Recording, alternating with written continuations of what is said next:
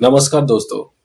एक बात सच सच बताइए तो आपके घर में आजकल छोटी छोटी चीज को लेकर लड़ाई या झगड़ा बहुत हो रहा है। आपको भी लग रहा है कि ये बात तो मामूली सी है, पर बात आगे बहुत ज्यादा बढ़ जाता है। और बिजनेस हो, चाहे आपका पढ़ाई हो या फिर आपका रिलेशनशिप, किसी भी क्षेत्र में आप कोशिश तो कर रहे हो, पर दर्दनाक बात यह है कि बार बार रुकावट के साथ आपको ऐसा अंदर से फील हो रहा है कि कहीं भगवान का, भाग्य का साथ आपको नहीं मिल रहा है। तो पहला जो सिम्टम है वो आपको ऐसा महसूस होगा कि घर में छोटी छोटी बात को लेकर चिड़चिड़ापन, कभी कभी बेवजह चिड़चिड़ापन। लोग मुझे अक्सर मैसेज करते हैं कि गुरुजी, हमारे घर में ऐसा, हमारे मन में और घर में लोगों का मन में ऐसा चिड़चिड़ापन होता है।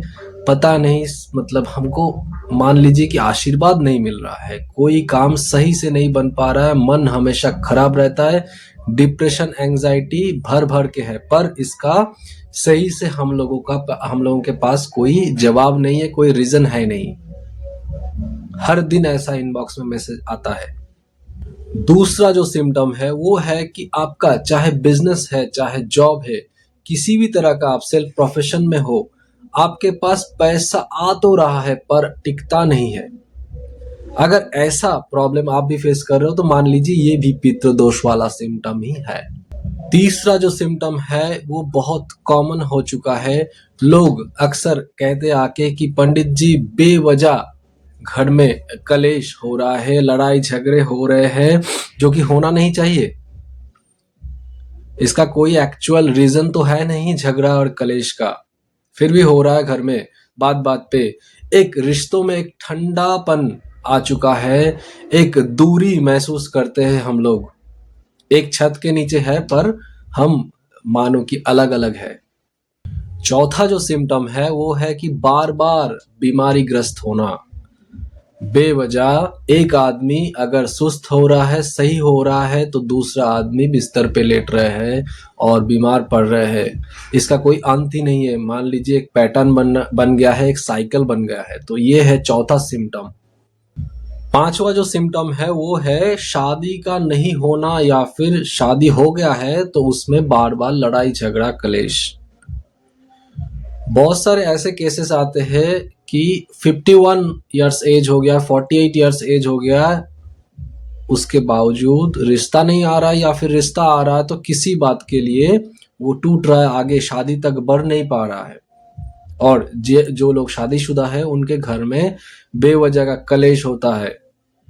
रिश्ता में एक तरह से सेपरेशन, मान लीजिए सेपरेशन बन के रहेगा। दुनिया के लिए ये शादीशुदा है पर एक्चुअली ये लोग एक ही छत के नीचे अलग अलग सोते हैं, विवाह का सुख नहीं मिल पाता। तो ये भी एक सिम्टम है जो खाए जाते हैं अंदर से लोगों को। छठा जो प्रॉब्लम है वो है बार बार नुकसान होना। आपका मन के अंदर ऐसा महसूस करा देता है कि मान लीजिए कि आपका जो किस्मत है वो रिवर्स गियर में चला जा रहा है। अच्छा तो हो ही नहीं रहा है, उल्टा जो भी चीज आपका अच्छा था वो भी खराब होते जा रहे हैं। चाहे वो रिश्ता है, पैसा है, बैंक अकाउंट से, सब कुछ खराब होते जा रहा है। और सातवां जो सिम्टम है ये सबसे महत्वपूर्ण और सबसे भयंकर है।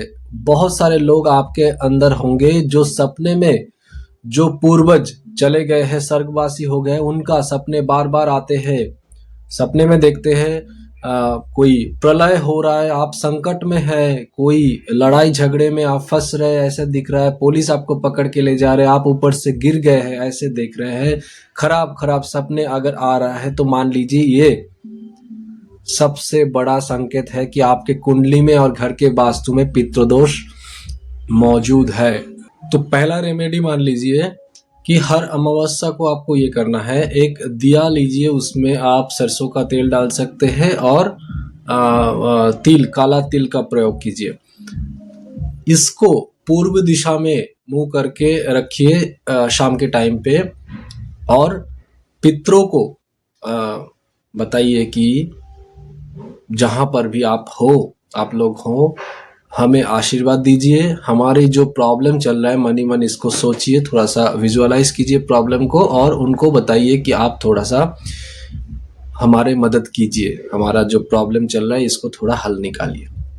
ये छोटा सा लग रहा है, मामूली सा आपका रेमेडी लग रहा है, पर आप करके देखिए, चमत्कार आपको दिखने को मिलेगा, करके देखिए। दूसरा जो रेमेडी है, लाल किताब से मिला हुआ सबसे बेहतर रेमेडी और पावरफुल रेमेडी कह सकते हैं। आप सोमवार या फिर शनिवार को काम कर सकते हैं। जल लेके पीपल के पेड़ में शाम के टाइम पे डाल के आ जाइए और बताइए आपके मनोकामना आपका पितरों को, देखिएगा इसका चमत्कार। तीसरा जो रेमेडी आप कर सकते हैं वो है काले कौवों को आप खिला सकते हैं, स्पेशली खिचड़ी या फिर चावल खिला सकते हैं। ये मान लीजिए पितरों को प्रसाद मिलने वाला जैसा ही, करके देखिए।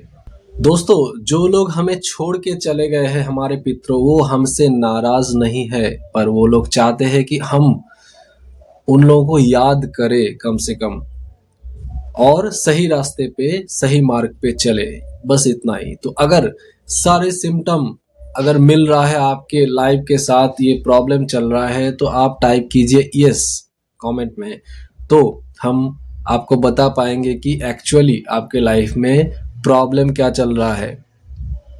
मैं आपको बताऊंगा कि कुंडली में किस हिस्से में आपका पितृदोष है, कैसे है मौजूद और उसका हल कैसे आप निकाल पाओगे। और कोशिश कीजिए अपने दोस्तों के साथ शेयर करने की, जिन लोगों को अभी भी आप जानते हो जिनका भी ऐसा ही प्रॉब्लम है, पितृदोष से ग्रस्त है, सिम्टम मैच कर रहे हैं, तो हो सकता है आपके एक शेयर से, एक टैग से उन लोगों का भी थोड़ा सा मदद आप कर लेंगे। क्या पता कि आपके वो दोस्त, उसके घर में भी सेम प्रॉब्लम है, आपका एक शेयर उनका घर भी बचा सकते हैं। अगर आप चाहते हैं कि मैं आपके कुंडली में पितृदोष, साथ ही साथ ग्रह दोष और जो भी प्रॉब्लम चल रहा है उसको डिटेल में एनालिसिस करूं और आपको गाइड करूं, तो लिखिए कमेंट में कंसल्ट। मैं आपको आगे बताऊंगा कि आपको करना क्या है, गलती क्या हो रहा था, बार बार ऐसा क्यों हो रहा है आपके साथ। तो ये सिर्फ एक मामूली सा प्रेडिक्शन नहीं, मामूली सा रीडिंग नहीं, ये आपके घर के परिवार के सुख शांति चैन के लिए मान लीजिए कि आपसे उठाया गया पहला कदम है। स्टेप लीजिए। Be blessed.